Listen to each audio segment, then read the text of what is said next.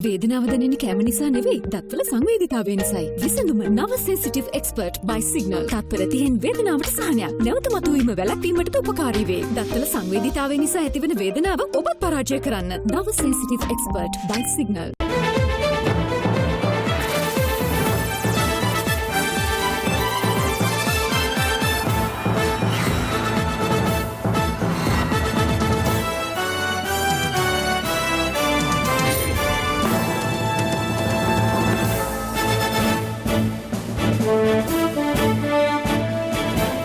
ආයිබෝවන් සියලු සමීක්ෂණ වාර්තා නැවත නැවතත් තහවුරු කළ ශ්‍රී ලංකාවේ අංක 1 ප්‍රවෘත්ති ප්‍රකාශය පැත්ත ගියත් ඇත්ත කියන හිරු රාත්‍රී 9:55 ප්‍රධාන ප්‍රවෘත්ති ප්‍රකාශය සමගින් මම සමීර බණ්ඩාර කපුටුව. මම ශශිකලා කඳුබඩාරච්චි. ප්‍රථමයෙන් ප්‍රවෘත්ති සිරස්තල.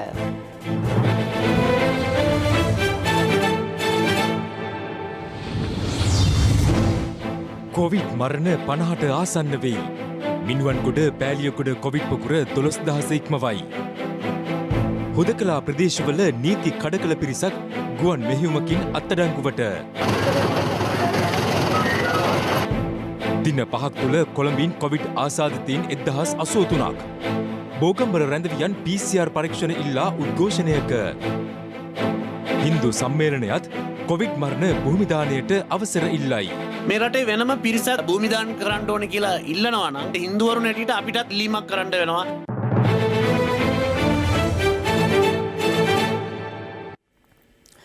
ඊයේ පස්වරුවේ සිට බස්නාහිර පළාතෙන් පිට වූ පිරිස් හඳුනාගෙන ඔවුන් දැනට සිටින ස්ථානවලම නිරෝධායනයට යොමු කිරීමට පියවරගෙන තිබෙනවා. පොලිස් මාධ්‍ය ප්‍රකාශක නියෝජ්‍ය පොලිස්පති අජිත් රෝහණ මහතා ප්‍රකාශ කළේ බස්නාහිර පළාතෙන් පිටවීමට අවසර ලබා දෙන්නේ අත්‍යවශ්‍ය සේවාවන් සීමිත සංඛ්‍යාවක් සඳහා පමණක් බවයි. මේ අතර සතියන්තයේ නිරෝධායන ඇඳිරි නීතිය පැනවීමක් සිදු නොවන බව යුද හමුදාපති ලුතිනන්ට් ජෙනරාල් ශවේන්ද්‍ර සිල්වා මහතා සඳහන් කළා. දවසේ පුවත. කොවිඩ් ව්‍යාප්තිය වැළැක්වීමේ අරමුණින් ලබන 15 වැනිදා මධ්‍යම රාත්‍රිය තෙක් කිසිවෙකුටත් බස්නාහිර පළාතෙන් පිටවීමට ඉඩ නොදෙන බව යුද හමුදාපති ලුතිනන්ට් ජෙනරාල් ශවේන්ද්‍ර සිල්වා මහතා ඊයේ ප්‍රකාශ කළා. මෙම තීරණය ගෙන තිබුණේ ජනාධිපතිවරයාගේ ප්‍රධානත්වයෙන් කොවිඩ් මර්ධන කාර්යසාධක බලකාය ඊයේ පස්වරුවේ රැස් වූ අවස්ථාවේදී. ඒ අනුව එම අවස්ථාවේ සිට බස්නාහිර පළාතෙන් ජනතාව පිටවීම පොලිසිය විසින් අත්හිටුවනු ලැබුවා.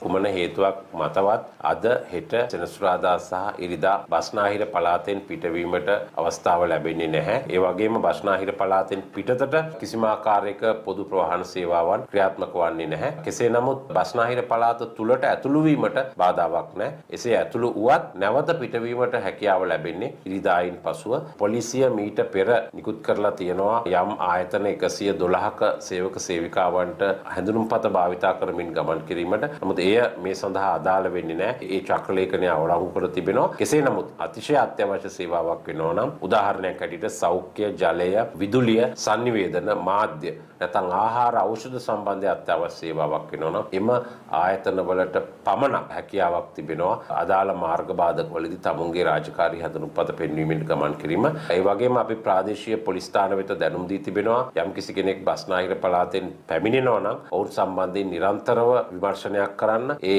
නවාතැන්ගෙන සිටින ස්ථාන අධීක්ෂණයට ලක් කරලා ඔවුන් එම ස්ථානවල නිරෝධායනයට ලක් කරන ලෙසට බස්නාහිර පළාතෙන් පිටවීම අත්හිටුවීමත් සමග දකුණු පළාත හා බස්නාහිර පළාත වෙන් කෙරෙන බෙන්තොට පාලම දෙපස අලුත්ගම හා බෙන්තොට පොලිස් ස්ථාන මගින් මාර්ග බාධක යොදා විශේෂ සෝදිසි කිරීම සිදු කෙරුණා.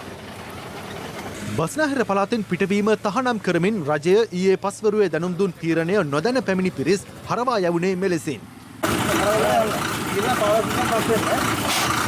බස්නාහිර පළාතෙන් පිටවීම සම්පූර්ණ තහනම්. දැන් ඊළඟ මාධ්‍යෙන් දැනුවත් කරානේ. ඒකාන්ත මේ 15 වෙනිදා මධ්‍යම රාත්‍රියක මේ පළාතට යන්න මේ පත්‍රය යන්න බෑ. කොහොම හරවගන්න. තාලකම්පිට අපිට හිතනවා අත්‍ය මානසික හේතු මත යවන්න පුළුවන්. නමුත් ඔබතුමාට තේරෙන මං කියන එක ඒකාන්ත මේ බස් එකේ මෙතනට ගෙනිනවා චේන්ජ් කරගන්න පුළුවන් ගැටලුවක්. බස්නාහිර හා සබරගමුව පළාත් මායිම් පිහිටි අවිස්සාවේල්ල පොලිස් මාර්ග බාධකයේද වාහන හා පුද්ගලයන් දැඩි පරීක්ෂාවකට ලක් කෙරුණා. ඒ හේතුවෙන් දැඩි රථ වාහන තදබදයක් දක්නට ලැබුණේ මෙලෙසින්.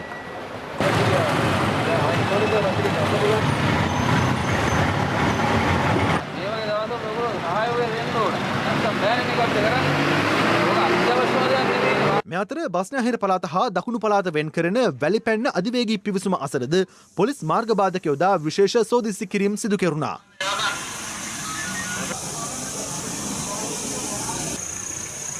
මේ අතර පිට පළාත්වල සිට අද උදෑසන කොළඹට පැමිණි ඇතැම් පිරිස් පැවසුවේ තමන් බස්නාහිර පළාතෙන් පිටවීමට අවසර නොදෙන තීරණය නොදන්නා බවයි. බස් නෑ යන්න. ඉතින් පාළ වෙනකන් අපි ඉන්නවා. දැනගෙන හිටියේ නැද්ද ඉතින්? නෑ දැනගෙන හිටියේ නෑ. බදුල්ලෙන් ආවේ අපහු යනවා. දන්නේ නැතුව දාවේ? දන්නේ නැතුව ආවේ. ඊයේ රේ 10ට නේ කිව්වේ. 10 බස් අපි කොයිද ඉන්නේ පාරද? අපි අනාත. කරදරයක් නෑ ඉතින් මොනවා කරන්නද මේ ඒ නිසා ඉතින් කවුරුත් පරිස්සම් වෙන්න ඕනේ. මං කුලියා පිටියට යන්නේ. කුලියා පිටිය යන්න බෑනේ. ආරම්භයට යන්නේ නැද්ද? බස්නාහිරෙන් එළියට යන්න බෑ. මොකද මේක දන්නේ නැතුව දාවේ. ඔව් මම අර වැඩට යන්නේ. කොහෙද මේ ටීවීත් අර යන්නේ? මස් කෙලියේ යන්න බෑනේ. ඔව්. එහෙනම් හිටපු දෙයට යන්න අපරාධනේ. ඕම් මැරලා නෝ. ගොඩක් මිනිස්සු දන්නේ නැහැ මේ කතන්දරේ. ඒ රෑනේ මේ කතන්දරේ දැම්මේ. ඔව්. ගජ්ජිගේ කැම්පේන් වලට යන්න ඕනේ. මේ බස් නෑ යන්න මෙහෙ. අද රිපෝට් කරන්න වේග. ඒ බේබට කිව්වා අද ආවදී මම අත්වෙන් ගහන කිව්වා අද ආවදී.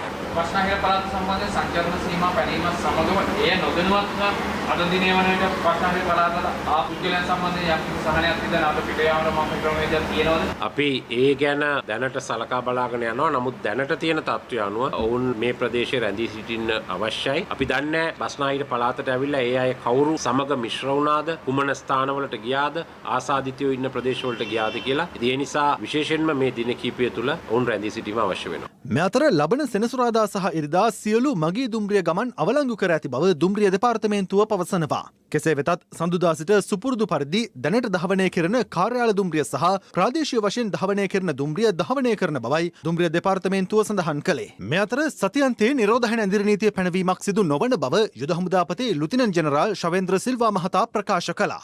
සතියන්තයේ ඇඳිරි නීතියක් යොදවීමට කිසිදු බලාපොරොත්තුවක් නැහැ. නමුත් සතියන්ත කියන්නේ තව දින 3ක් තිබෙනවා. ඕනම අවස්ථාවක අවශ්‍යතාවයක් තිබුණොත් හුදකලාවක් හෝ ඇඳිරි නීතියක් දාන්න පුළුවන්. නමුත් ඇඳිරි නීතියක් දාන්න කිසිම අවශ්‍යතාවයක් නැහැ. රටේ ජනතාව බුද්ධිමත්, රටේ ජනතාව දන්නවා කොවිඩ් තිබෙනවා කියලා. රටේ ජනතාව දන්නවා මහ ජනතාව එකට එක්රැස් වෙන තැන්වල ටිකක් යම් කිසි ආකාරයේ අවදානමක් තියෙනවා කියලා. ජනතාව මං හිතන්නේ මොන දෙයක් තිබුණත් බුද්ධිමත්ව කටයුතු කරයි කියලා අපි බලාපොරොත්තු වෙනවා. හුදකලා කර තිබෙන කොළඹ දිස්ත්‍රික්කයේ මහල් නිවාස සංකීර්ණයක ජනතාව තමන්ට කිසිදු පහසුකමක් නොලැබුණු බවට චෝදනා කරමින් විරෝධතාවක නිරත වන ආකාරය දැක්වෙන වීඩියෝවක් සමාජ මාධ්‍යයේ සංසරණය වනවා.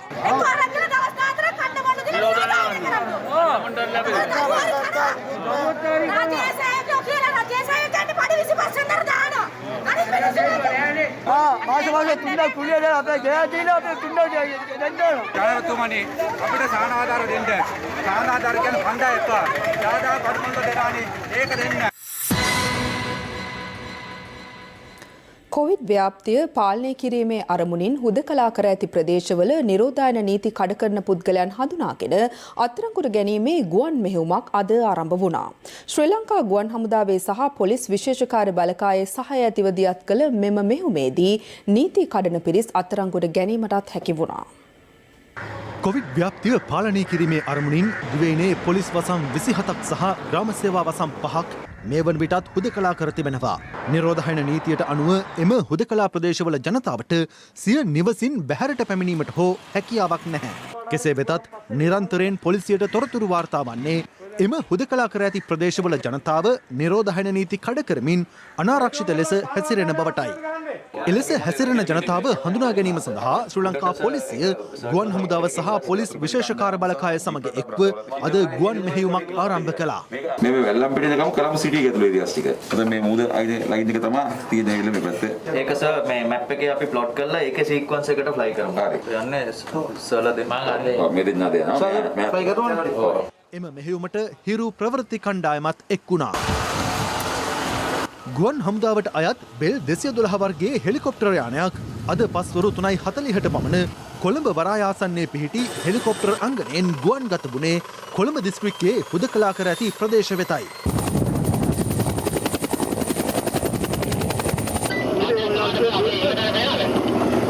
ඒ අනුව මට්ටක්කුලිය, මෝදර, බ්ලූමැන්ඩර්, කොටහේන, ග්‍රෑන්ඩ් පාස්, වෙරළබඩ, ආදුරුප්ප වීදිය, දෙමටගොඩ, බොරැල්ල, මාලිගාවත්ත සහ කෙසෙල්වත්ත යන ප්‍රදේශ නිරීක්ෂණයට ලක් වුණා.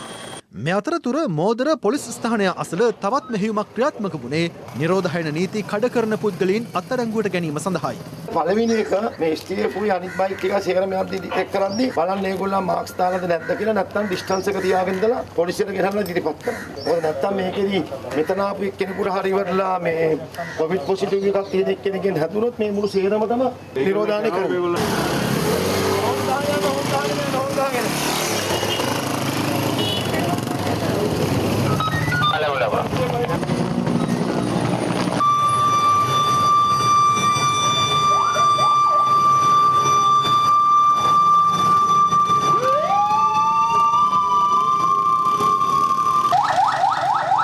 මෙම මෙහෙයුම සඳහා ගුවන් හමුදාවේ ඩ්‍රෝන යානාද යොදා ගැනුණා.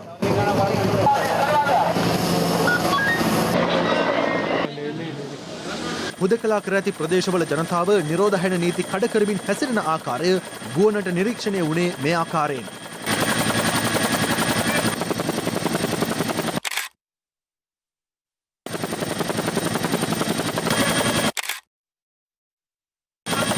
එහිදී හුදකලා කර තිබෙන ප්‍රදේශයක පිරිසක් ක්‍රිකට් ක්‍රීඩා කරමින් සිටින අයුරු මෙලෙස දක්නට ලැබුණා. කොළඹ දිස්ත්‍රික්කයේ මෙත්සඳ සෙවන, සත්හිරු සෙවන, මුවදොර උයන, සියපත් සෙවන, සිරිසර උයන සහ NHS නිවාස සංකීර්ණයද මෙහිදී නිරීක්ෂණය කෙරුණා.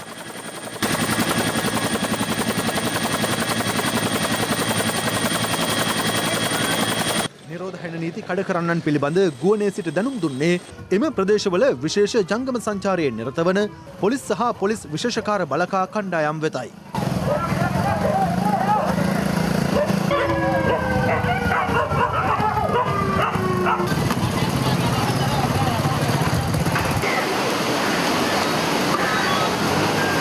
ඒ අනුව ඔවුන් අදාළ නීති කඩ කරන පුද්ගලයන් අත්අඩංගුවට ගැනීමට කටයුතු කළා. දැන් මේක ඇයිද දන්නවනේ මෝදර වට්ටකුරිය ලොක්ඩවුන් එකේ ගියා. එළියටවත් බහින්න බෑ ඒකයි වැඩේ. දෙල්ලෙන්නවත් බෑ. ගෙදර ඉන්න ඕන. ඒකයි. අරනේ අද තියෙන්නේ. අද පස්වරුවේ පැයකට ආසන්න කාලයක් ක්‍රියාත්මක කෙරුණු මෙම මෙහෙයුමේදී අත්අඩංගුවටගත් සංඛ්‍යාව 15ක් බවයි පොලිසිය පැවසුවේ.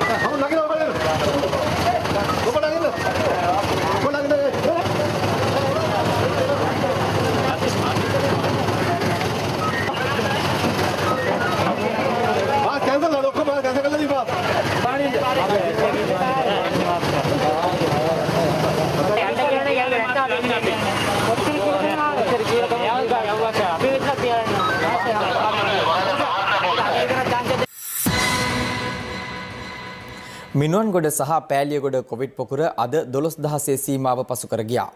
අද දිනේ මේ දක්වා වාර්තා වී ඇති COVID-19 ආසාදිතයන් සංඛ්‍යාව 369ක්. මේ අතර අද දිනේ තවත් කොවිඩ් ආසාදිතයන් දෙදෙනෙකු ජීවිතක්ෂයට පත්වීමත් සමග මෙරට කොවිඩ් මරණ සංඛ්‍යාවද 48 දක්වා ඉහළ ගියා.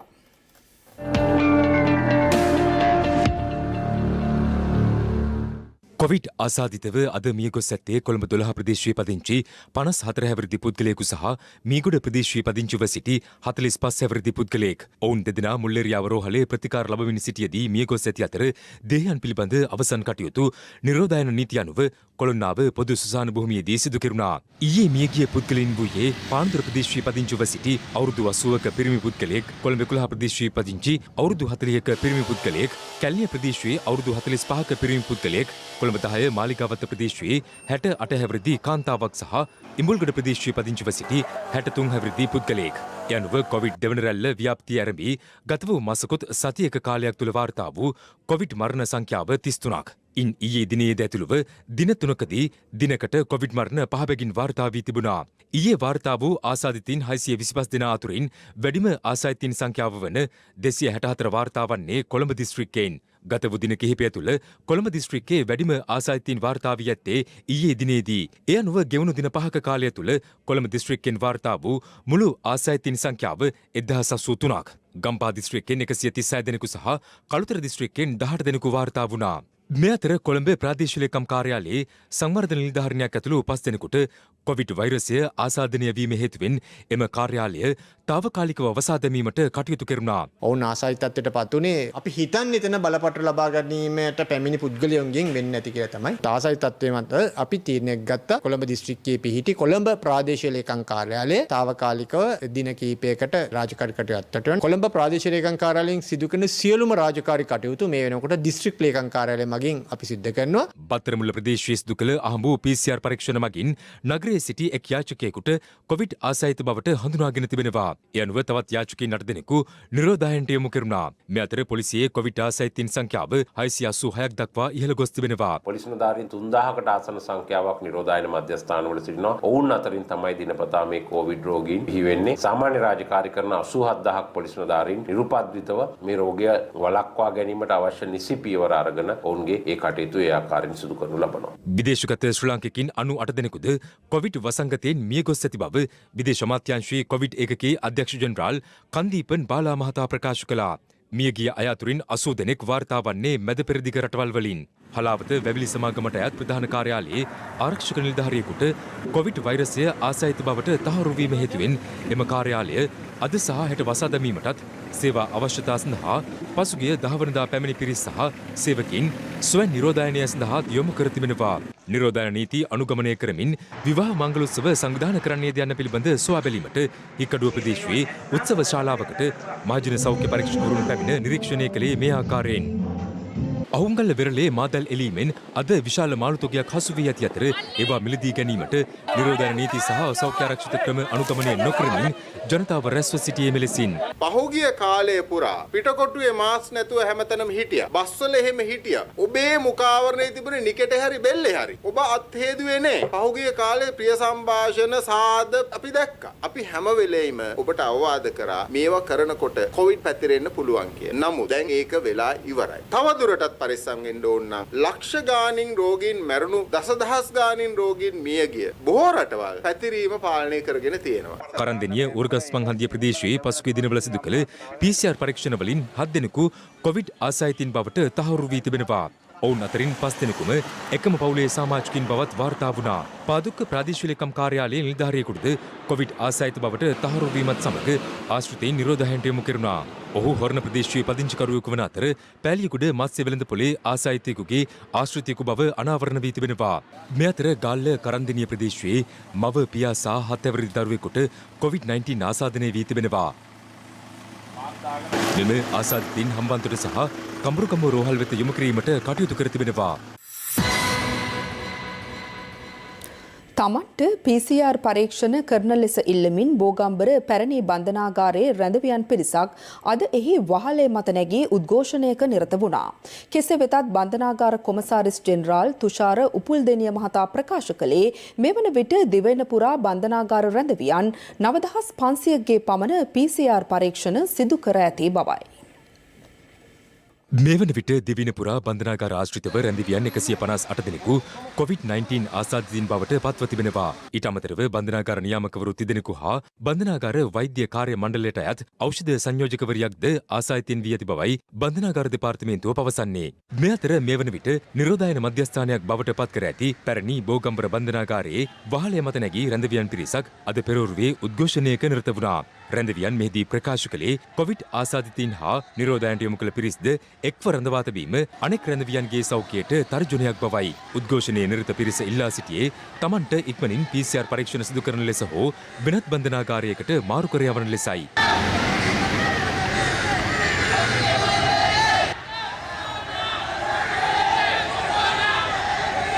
රැඳවියන්ගේ උද්ඝෝෂණය ඇරඹීමත් සමග පොලිසිය වහා පැරණි බෝගම්බර බන්ධනාගාරයට රැකවල් යෙදීමට කටයුතු කළා.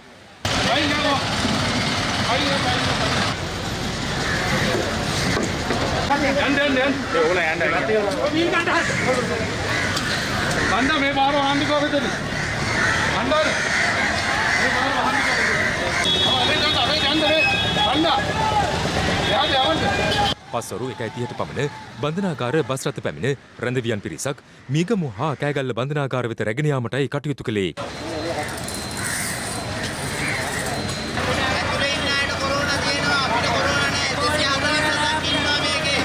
මේ පිළිබඳව අද පැවති ප්‍රවෘත්ති සාකච්ඡාවකදී බන්ධනාගාර කොමසාරිස් ජනරාල්වරයා මෙලෙස අදහස් පළ කළා. බෝගම්බර බන්ධනාගාරයේ PCR පරීක්ෂණ සිදු කිරීමට මහජන සෞඛ්‍ය පරීක්ෂක මහතා ගොස් තිබියදීත් ඒගොල්ලෝ නිරෝධායන මධ්‍යස්ථානයේ නීති රීති වලට අනුගත වෙන්නේ නැතුව කොළඹ ස්ථාන වලට මාරු වීමට අවශ්‍ය බව පවසමින් වහලෙට නැගලා තියෙනවා. විශේෂයෙන් මෙම රැඳවියන් කොළඹ ආශ්‍රිත ප්‍රදේශවල මත්ද්‍රව්‍ය භාවිතා කරන රැඳවියන් ඔවුන්ගේ ඉල්ලීම් වලට ඉඩ දෙන්න බෑ. මොකද මේක නිරෝධායන මධ්‍යස්ථානයක්. සෞඛ්‍ය අංශවල උපදෙස් නොතකා අපිට ඒගොල්ලෝ කොළඹ ප්‍රදේශයට රැගෙන ඒමට හැකියාවක් නැහැ. බන්ධනාගාර දේපල වලට අලාභහානියක් කරලා තියෙනවා නම් අපි ඒ සම්බන්ධව නීතිමය පියවර අරගන්නවා. මේ වගේ කාර්යයන් කිරීමෙන් වෙන්නේ නිරෝධායන කාලය තවදුරටත් දික් කිරීමට සිදු වෙන එක පමණයි.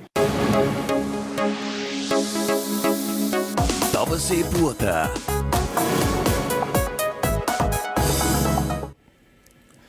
COVID-19 හේතුවෙන් මරණයට පත්වන මුස්ලිම් ජනතාවගේ දේහයන් භූමදානය කිරීමට සුදුසු ප්‍රදේශයක් නියම කිරීමට අමාත්‍ය මණ්ඩල සාකච්ඡාවේදී තීරණය කළ බව අමාත්‍ය චමල් රාජපක්ෂ මහතා පවසනවා. කෙසේ වෙතත් අමාත්‍ය විමල් වීරවංශ මහතා ප්‍රකාශ කළේ එවැනි කිසිදු තීන්දුවක් අමාත්‍ය මණ්ඩලය විසින් ගෙන නොමැති බවයි. මේ අතර කොවිඩ් මරණවල අවසන් කටයුතු සිදු කිරීම සම්බන්ධයෙන් තවත් පාර්ශව කිහිපයක්ද අදහස් පළ කළා. ආණ්ඩුවද තීරණය කරනවා මුස්ලිම් මරණ අදහන කරන්න බෑ භූමදාන කරන්න ඕනේ කියලා. ඒ වගේම බෞද්ධයන් වශයෙන් අපිටත් ඒ ප්‍රශ්නේ තියෙනවා. අපේ සමහර අය කැමති නැහැ භූමදානය කරන්න. සමහර අය කැමති නැහැ ආදාහනය කරන්න. නමුත් අපේ කිසිම විරෝධතාවයක් නැහැ. මොකද මේ ජාතික ව්‍යසනයෙන් ගැලවෙන්නයි අපිට අවශ්‍යතාවය තියෙන්නේ. ජාතින් වශයෙන් මේකත් බෙදාගෙන කටයුතු කරන්න නෙමෙයි. ඒ නිසා මේ தත්ත්වය වෙනස් වෙන්න ඕනේ. අපි හින්දුවරුන් හැටියට මිනිහෙක් මරණාන් පස්සේ කරන සිරිත් පිරිත් උඟක් තියෙනවා. නමුත් මේ වෙලාවේදී අපෙන් කවුරු හරි මැරුණා නම් මේ දේහය භූමිදාන කරන්න ඕනේ නැත්නම් ආදාන කරන්න ඕනේ කියලා අපි බලපෑම් කරන්නේ ඒක රජයේ පොදු නීතියක් අපිට දීලා තියෙනවා. අපිට හින්දුවරුන්ට ඒක පිළිබඳින්න පුළුවන් නම්, කතෝලිකයන්ට පුළුවන් නම්, බෞද්ධයන්ට පුළුවන් නම් මේ රටේ වෙනම පිරිසක් ඉඳගෙන අපේ ආගම අනුව මේ දේහය භූමිදාන කරන්න ඕනේ කියලා ඉල්ලනවා නම් ඒක තනිකරෙන්ම ආගම අන්තවාදයක්. ඒ නිසා අපි ඉල්ලීමක් කරනවා අපේ සහෝදර ඒ පිරිසකින් එනම නීති රීති අදාගෙන ඔකටි එම ඇසිරෙනවා නම් හින්දුවරුන් හැටියට අපිටත් ඉල්ලීමක් කරන්න වෙනවා. අපිටත් බලපෑම් කරන්න වෙනවා. අපි හිතන දේ කරන්න කියලා. ඒක වෙන්න බෑ. රටක් හැටියට ඉදිරියට යනකොට අපි කවුරුත් රජයේ කියන නීතිය අපි පිළිබඳින්න ඕනේ. ඒ අයගේ ඒ කටයුතු කරන්න යම් කිසි ප්‍රදේශයක් නියම කරලා තියෙනවා. ඒ හැමතැනම නෙවෙයි. ඒක අමාත්‍ය මණ්ඩලය ගත්ත තීන්දුවක්. ඒ සමයතන අමතුමා දැන් ඉදිරියේදී බෞද්ධ ජනතාව සහ හින්දු ජනතාවත් තමන්ගේ පාංශිකුල දීම සම්බන්ධව සහ සංස්කෘතික අංග ඒ විදිහට ඉෂ්ට කරන්න ඕන කියලා ඉල්ලීමක් කරොත් ඒකට අවස්ථාව ලබා දෙනවද? ඔව් ඉතින් සෞඛ්‍ය දැන් යාලා එහෙම මේව කරන් කිව්වා යාලට යන්න බෑ ඒක පිටිපස්සේ ඒකට අදාළ නිලධාරීන් අරන් ගිහලා ඒ වැඩ ටික කරනවා. ඒ වගේ සෞඛ්‍ය නීති රීති වලට පටහැනි නොවන විදියට කරනවා. කොරෝනා හැදිච්ච මුස්ලිම් මෘතදේහ භූමිදානය කිරීම හෝ ආදාහනය කිරීම. ඒ තීන්දුව ගත්තේ අමාත්‍ය මණ්ඩලෙ නෙවෙයි. කොවිඩ් හැදිච්ච අය කිසිවෙකු භූමිදානය කළ යුතු නැහැ. කළ යුත්තේ ආදාහනය කියන තීන්දුව ගත්තේ විශේෂඥ කමිටුවෙන්. එතකොට මේ විශේෂඥ කමිටුව තමයි ඒ තීරණය නැවත සලකා බලනවද නැද්ද කියලා තීරණය කරන්න ඕන. අමාත්‍ය මණ්ඩලය භූමිදානය කරන්නවත් ආදාහනය කරන්නවත් තීන්දුව ගන්න තරක් නෙවෙයි. අමාත්‍ය මණ්ඩලය තුල මේ ගැන යම් සාකච්ඡාවක් සිද්ධ වුණා කිසිම තීරණයක් ගත්තේ නැහැ. බල දැමීම නුසුසුසුයි කියලා ඒ විශේෂඥ මණ්ඩලය තීරණය කළොත් ඒකට කිසිම ලෙසකින්වත් අභියෝග කරන්න අපි ඊට වඩා දන්න කට්ටිය නෙවෙයි. ඒ අය ගන්න තීරණය තමයි අපිට පිළිගන්න වෙන්නේ. අමාත්‍ය මණ්ඩලයවත් රජයවත් ජනාධිපතිතුමාවත් අගමැතිතුමාවත් සෞඛ්‍ය ඇමතිනිවත් මේ කවුරුවත් මේ පිළිබඳව ස්ථිර තීන්දුවක් අරගෙන නැහැ. ඒ නිසා අපිට මේ මූර්ත ශරීර පිළිබඳ ආදාන හෝ භූමදාන කටයුතු පිළිබඳව ඉදිරියටත් කටයුතු කරන්නේ සෞඛ්‍ය බලධාරීන්ගේ ඒ තීන්දුව නිගමන මත බව ප්‍රකාශ කරන්න කැමතියි. අපි අහනවා සිලෝන් තව්හිද් ජමාත් සංවිධානයෙන් පුච්චලා මැරෙන්න හොඳ නැහැ. හැබැයි බෝම්බ ගහලා පිච්චිලා මැරලා යන්න තව්හිද්ලට හොඳයි. මේ වෛරසයක් නිසා රටක් ආරක්ෂා කරගන්න යම්කිසි මලසිරුරක් පුච්චනකොට මාරම රුදාවක් තියෙන්නේ. මේ වසරේ වියදම් පියවීම සඳහා රජය ඉදිරිපත් කළ විසර්ජන පනත් කෙටුම්පත ඡන්ද විමසීමකින් තොරව සංශෝධන සහිතව අද පාර්ලිමේන්තුවේදී සම්මත වුණා. ඒ පිළිබඳ විවාදයට එක්වෙමින් අග්‍රාමාත්‍ය මහින්ද රාජපක්ෂ මහතා සඳහන් කළේ COVID-19 වසංගතය පාලනයට රජය මේ දක්වා රුපියල් මිලියන 70,000ක පමණ මුදලක් වියදම් කර ඇති බවයි.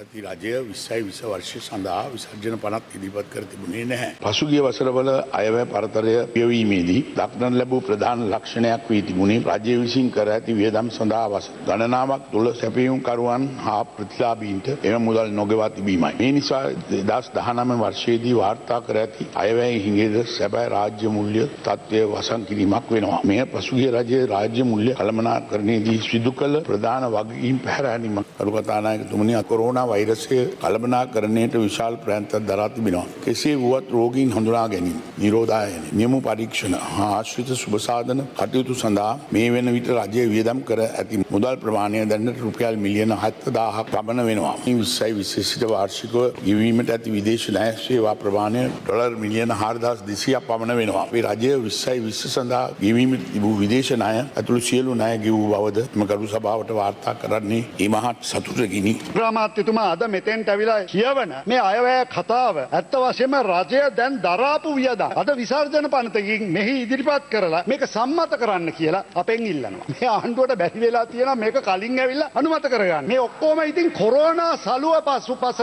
වසාගෙන හැංගෙන්න බෑ. මාස 3යි ජනාධිපතිතුමාට බලය තිබුණේ මැතිවරණයට පෙර ආතුව වියදම් කරන්න සහ ඊට පස්සේ හැබැයි ඒ කාලවකවානුව ඉවත් වුණා මේ කොවිඩ් වසංගතයත් එක්ක. මේ හින්දා මේකට පාර්ලිමේන්තුවේ අනුමැතියක් ගන්න බෑ. ඒ නිසා ලංකාවේ අපි පළවෙනි වතාවට පාර්ලිමේන්තුවේ සම්මත කරගන්න බැරි අයවැයකට අපිට මුදල් වියදම් කරන්න සිද්ධ වුණා. දැන් මේ ඊලීගල් ට්‍රාන්සැක්ෂන්ස් මේ වෙලා තියෙන්නේ. දැන් මේ ණයගත්තය කියලා කිව්වනේ. මේ ණයගත්තය මොනවටද කියලා තියෙන්නේ? කිරියල්ල මහත්තයා ගත්ත ණය ටික මම කියන්නම්කෝ. හයිවේස් වල අපි ගෙවලා තියෙනවා මිලියන 1,64,259. දැන් කවුද මේවා ගෙවන්නේ? මේවා ගෙවන්න මේ පාර්ලිමේන්තුවනේ ගෙවන්න ඕනේ. හරි නෑ හදුවා කෑවා අපි දන්නවනේ මොකද්ද උනේ කියලා මගෙන් අහගන්න දෙන්න එපා. තමුන්නාන්සලා ගත්තේ වටිගේ ගෙවාගෙන යනවා. වැඩේ තියෙන්නේ පරණ කරපු පව් තමයි මේ ගෙවන්නලා තියෙන්නේ. පළවෙනි කාර්තුවේ 2020 ආර්ථික වර්ධන වේගය පිළිබඳව සංඛ්‍යා ලේඛන ඉදිරිපත් කරා. ඇයි දෙවෙනි කාර්තුවේ තුන්වෙනි කාර්තුවේ ආර්ථික වර්ධන වේගය පිළිබඳ දත්ත ඉදිරිපත් කරන්නේ නැත්තේ? දැන් මේ ආර්ථික වර්ධන වේගය පිළිබඳ දත්ත ඉදිරිපත් කරන්නේ නැතිකොට මොකද වෙන්නේ? දේශීය සහ ජාත්‍යන්තර දෙකේම විශ්වාසනීයත් සම්පූර්ණයෙන්ම පළුදු වෙනවා. මොනම හේතුවකටවත් අපි විපක්ෂයක් හැටියට පිට රටවල් වලට ගිහිල්ලා ඕපදූප කියන්නේ ඒව එහෙම සිදුණු කාලයක් තිබෙන්න ඇති. නමුත් ඒ කාලේ දැන් ක්‍රියාත්මක වෙන්නේ නැහැ. බොහොම සානුකම්පිතව මේක අහන්න. ආරක්ෂාව පිළිබඳව ඉන්න එක කණ්ඩායමක් තමයි මේ රටේ පොලිසිය. පොලිස් මාධ්‍ය ප්‍රකාශකවරයා ඇතුළු ලොකු කතා කියනවා. හැබැයි පොලිසිය පොඩ්ඩන්ට දීලා තියෙන කිසිම සහනයක් නැහැ. රිෂාඩ් බදුර්දීන් මහතුමාගේ සහෝදරයා ගැන සහ එතුමා ගැන පරීක්ෂණ පවත්වපු පොලිස් නිලධාරීන් 19 දෙනෙක් මේ වෙනකොට වහාම ක්‍රියාත්මක වෙන පරිදි මාරු කරලා හැරලා කියලා නම් මේ අවස්ථාවේදී අපිට ආරංචි වෙනවා. එහෙම කිසිම නිලධාරියෙක් මාරු කරලා නැහැ. කරුණාකරලා වගකීමකින් කතා කරන්න. පිළිතුර දෙන්න මොකද්ද තමුන්නාද? මම ඔබතුමාට වගකීමකින් අද උදේ මේ පරීක්ෂණය පිළිබඳව අපිත් බැලුවා. අපිත් කතා කරා. ඔබට වැඩි අපට ඒ උනන්දුව තියෙනවා. රිෂාඩ්ගෙන් ඔයාලා වගේ අපි කාලා නැහැ. නිකන් බොරුවල පාර්ලිමේන්තුව නොමග අපේ සෞඛ්‍ය ඇමතුමිය දැන් ගිහිල්ලා කලාත කරනවා. දැන් ඊට පස්සේ ඔය ණයා ගේන්නේ කළුගඟෙන් වෙන්න ඇති. කළුගඟට මුට්ටි අතෑරිය. මන්ත්‍රකාරයෝ ගෙනල්ලා මේ පාර්ලිමේන්තුවේ හැම ගේට්ටුවකම මන්ත්‍ර කියපු ජප කරපු නායකයා කවුද? ඕගොල්ලන්ගේ මහේකාගේ මහේකා. තුක් නොදකි ලැජ්ජ නැද්ද මේ මහා උත්තරීතර පාර්ලිමේන්තුවේ හැම පුටුවක උරුතල් ගන්න. නිකන් වීදුරු ගෙවල් වල ඉඳන් ගල් ගහන්න එපා මහත්තයෝ. මේ ආණ්ඩුව ඵලයටපත් වෙලා අවුරුද්දක් වෙනවා කරපු එක වැඩක්වත් අද කතාවේ කිව්වෙට. කොවිඩ් ආපු හැම රටක්ම අප්‍රේල් වැයි වෙනකොට නීති ටික හැදුවා. අපි මාස 9ක් ගියා නීති හදන්න. ස්තුතියි ඔබතුමාට. ජනතාවට අපහාස නොකර මැතිවරණයේ දුන්න පොරොන්දු කොයි මැතිවරණ පොරොන්දුද ඉෂ්ට කරලා තියෙන්නේ? මට එකක් කියන්න. මේ වසංගතේ වැළඳිච්ච රටවල් එක්ක සංසන්දනය කරන්න තමුන්නාන්සලා. ඇමරිකාවේ මරණ ප්‍රතිශතය ගන්න 2.5යි. අපේ 0.1 කීයද? ඒ නිසා මම කියන්නේ නෑ මේක හොඳයි කියලා. හැබැයි මම ඔබට කියනවා අනෙක් රටවල් එක්ක සංසන්දනය කරාට පස්සේ ගෝඨාභය මහත්තයා අසමත් නෑ සමත්. මට මේ දැනගන්න ඔබතුමා පොඩි ප්‍රශ්නයක් තියෙනවා. සෑන ඇමතුමා ඔබතුමාගේ විෂය ගැන ප්‍රශ්න. ඇමතුමා මට අපේ මම ඔබතුමාට කියන්නේ මගේ දැනුවත් කිරීමක් කරන්නේ. ටකලගෙන මේ මම කැකිරාවේ ගියා මේ මාස 3කට විතර ඉස්සෙල්ලා. ගියාම ගොවි මහත්තයෙක් ගලවගෙන ඇවිල්ලා මේ නෝටිස් එක මට දුන්නා. මින් ඉදිරියට සහනදාර මත ලබා දෙන රසායනික පොහොර ලබා දීම සම්පූර්ණයෙන්ම නැවැත්විය යුතු බව දන්වා ඇත. ඔකට විරුද්ධද? මාෂල් මහත්තයා යුද්ධයට දක්ෂයි. පොඩ ඉඳ ගන්නකෝ මේ හමුදාපතිතුමා ඉඳ ගන්නකෝ. හිමීට ඉඳ ගන්න මොලේ තලා ගන්න නැතුව. හිමීට ඉඳ ගන්න. මේ රසායනික පොහොර අපිට භාවිතාව නිසා ඔබතුමා දන්නවා වෙන හානිය මොකක්ද කියලා. ඒ නිසා ඔබතුමාලගේ ආණ්ඩුව කාලේ වගේ නෙමෙයි හොර පොහොර ගෙනෙල්ල අපි බෙදන්නේ නැහැ. දවස් 30ක්ම අන්ලිමිටඩ් Netflix බලන්න. අන්ලිමිටඩ් data pack එකක් මුළු පවුලටම අන්ලිමිටඩ් ෆන් එකක් අරගන්න. අදම ඇක්ටිව් කරගන්න. වෙන වෙනම චලනය වන තල 3ක් විටමින් E හා කුමාරිකා සහිත නිසා ඉතා සමීප හා සුසිනිඳු රැවුල බෑමක්. ඔබත් අදම බිග් ෆ්ලෙක්ස් 3 සමග ප්‍රොෆෙෂනල් ෂේව් එකක් අත්විඳින්න. මහා බ්‍රිතාන්‍යයේ විශ්වවිද්‍යාලයන්ට අනුබද්ධ විශ්වවිද්‍යාල ප්‍රතිපාදන කොමිසම මගින් පිළිගත් තොරතුරු තාක්ෂණයේ ඉංජිනේරු විද්‍යාව හා ව්‍යාපාර කළමනාකරණ උපාධි පාඨමාලා සමග ඔබේ අධ්‍යාපන දිවියේ ඉදිරි පියවර තබන්න බඳවා ගැනීම ආරම්භ කර ඇත. 0772 66 55 55 ස්ලිට් ඇකඩමි.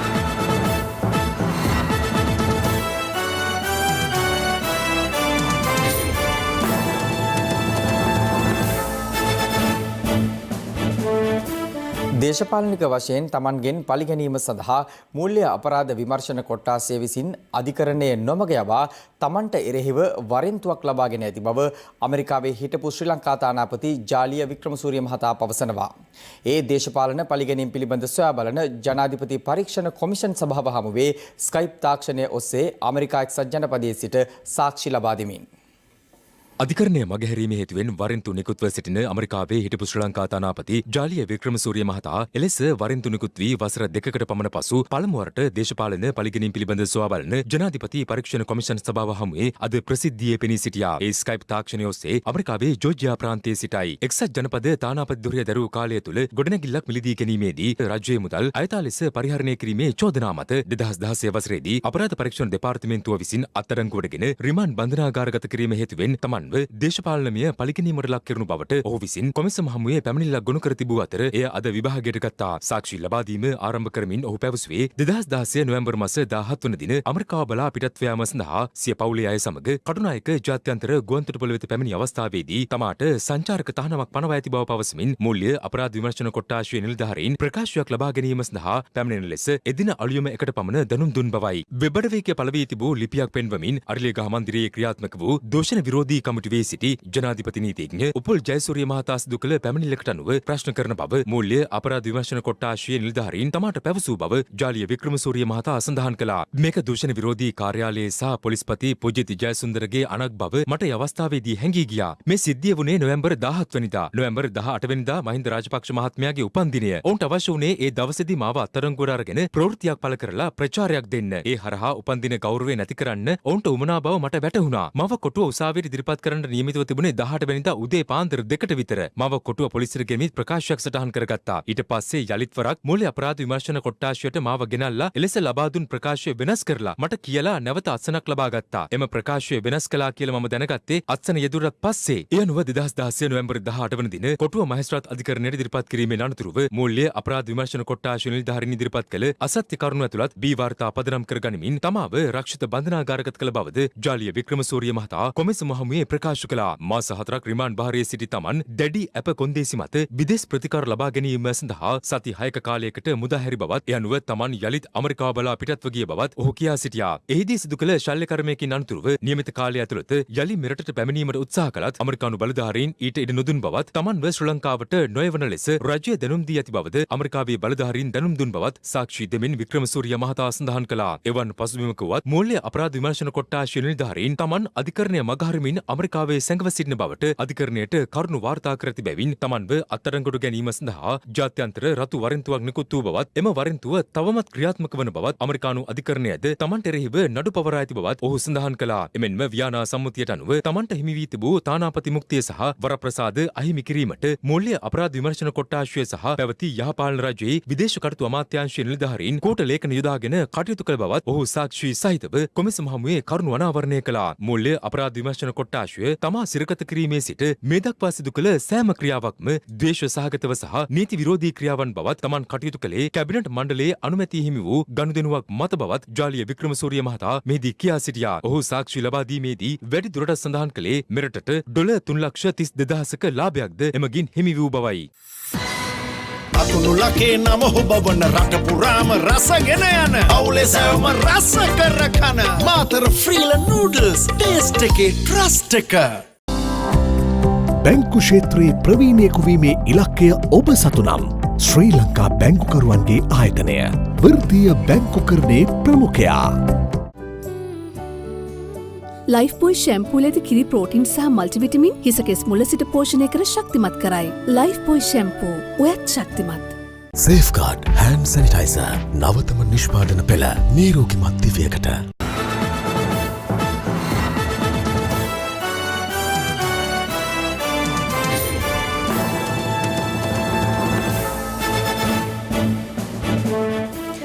දේශීය පුවත් කිහිපයක් සමගින් දැන් රටවටා හිරු. රටවටා හිරු. COVID-19 ව්‍යාප්තියත් සමග දුෂ්කරතා රැසකට මුහුණ පා සිටින අපේම ජනතාවගේ ස්ව සහනය වෙනුවෙන් ක්‍රියාත්මක රට වෙනුවෙන් හිරු සහන යාත්‍රා ක්‍රියාන්විතය යටතේ ශ්‍රී ලංකා රතුකුරුස සංගමය හා එක්ව බියගම දොම්පේ පූගොඩ කිරින්දිවැල මල්වතු හිරිපිටිය ගම්පහ කෑරගල පොලිස් ස්ථාන විසබීජහරණය කිරීම අද සිදු කෙරුණා. මේ අතර ශ්‍රී ලංකා රතුකුරුස සංගමය හා එක්ව අලුත්ගම දුම්රිය ස්ථානය, අලුත්ගම බස්නැවතුම්පොළ, හෙට්නිමුල්ල දුම්රිය ස්ථානය, බේරුවල දුම්රිය ස්ථානය, පයාගල දුම්රිය ස්ථානය, කටුකුරුන්ද දුම්රිය ස්ථානය, කළුතර දකුණ දුම්රිය ස්ථානය, කළුතර දකුණ බස්නැවතුම්පොළ, කළුතර දකුණ පොලිස් ස්ථානය විසබීජහරණය කිරීමත් අද සිදු කෙරුණා. මේ අතර ක්‍රීඩා වෛද්‍ය ආයතනයේ ක්‍රීඩක ක්‍රීඩිකාවන්ට ආරක්ෂිත ඇඳුම් කට්ටල සහ මුව ආවරණ බෙදා දීමත් අද සිදු කෙරුණා. මහනුවර මහරෝහලේ හෘද දැඩි සත්කාර ඒකකයට LB ෆිනන්ස් ආයතනය මගින් ශ්වසන ආධාරක 4ක් පරිත්‍යාග කිරීම අද සිදු කෙරුණා. අදාළ ශ්වසන ආධාරකවල වටිනාකම රුපියල් මිලියන 25ක්. රටවටා හිරු. හිරු රාත්‍රී 9:55 ප්‍රධාන ප්‍රවෘත්ති ප්‍රකාශය මිනිමාවට පත් වෙනවා. පැත්ත නොගත් ඇත්ත දැන ගැනීමේ අයිතිය තවදුරටත් තහවුරු කර ගන්නට තිරේ දිස්වන පරිදි හිරු SMS ප්‍රවෘත්ති සේවාව ඔබේ ජංගම දුරකථන ජාලයට අනුව සක්‍රිය කර ගන්න. අපි යලි හමුවන්නේ හෙට 11:55 මධ්‍යහන ප්‍රවෘත්ති සමගින්. සුබ රාත්‍රියක්.